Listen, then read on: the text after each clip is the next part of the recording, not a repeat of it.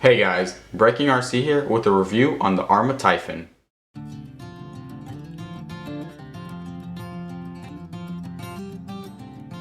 If you want to see what's included in the box, go ahead and check out my unboxing video.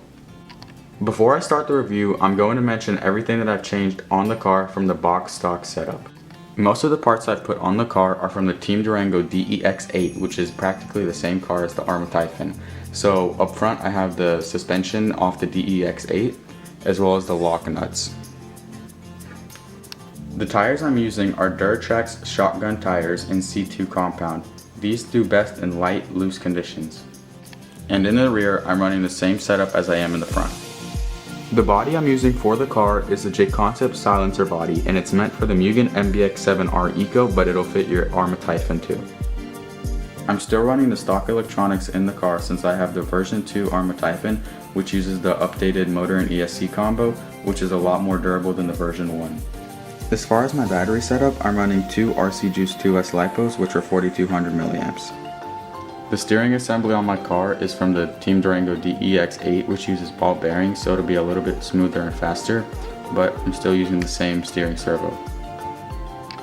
As you can see, I've tuned the car more for the track, but what makes this car so great is how versatile it is, meaning you can bash this car or you can race it and it'll still perform very well in both conditions.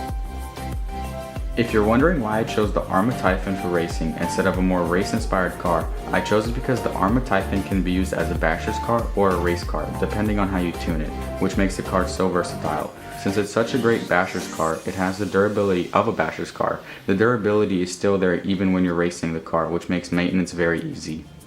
And when I mentioned that the maintenance is very easy on the car, up front, in order to remove the diffs, you just have to remove this cap and then 4 screws and then the diff is out. Some of the pros are able to remove the diff within a minute. Going over the performance of the car, the handling was great.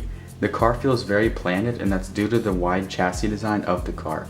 When you hit a jump, the car immediately wants to come down to the ground and gain traction again.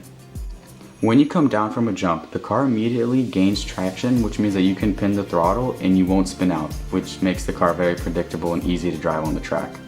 A big factor to helping the performance of the car is to adjust the shocks. In the front, I'm using 60 weight oil, in the rear, I'm using 55 weight oil. This helps the car come down from a jump and then have more stability because the rear end is dropping slightly when you pin the throttle, and it lowers the center of gravity, which helps out in the corners and just overall stability. Because the car uses a pivot ball suspension setup, when you come down from the jump, it's very forgiving. If you don't land the jump correctly, the car will still be able to transfer the weight correctly, which will keep the car from rolling over if you don't land a jump correctly. Going over the durability of the car, I haven't really had many major issues with the car except for the pinion gear stripping out, which is because the spur gear is made out of metal, which it runs out the pinion gear very quickly. But overall, all the other parts are fine except for just a few scratches on the shock tower. That's really it.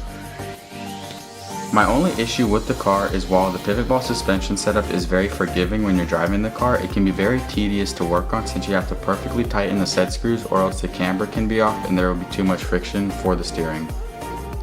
To sum up the review, I really like this car for the fact that you can make it anything you want it to be.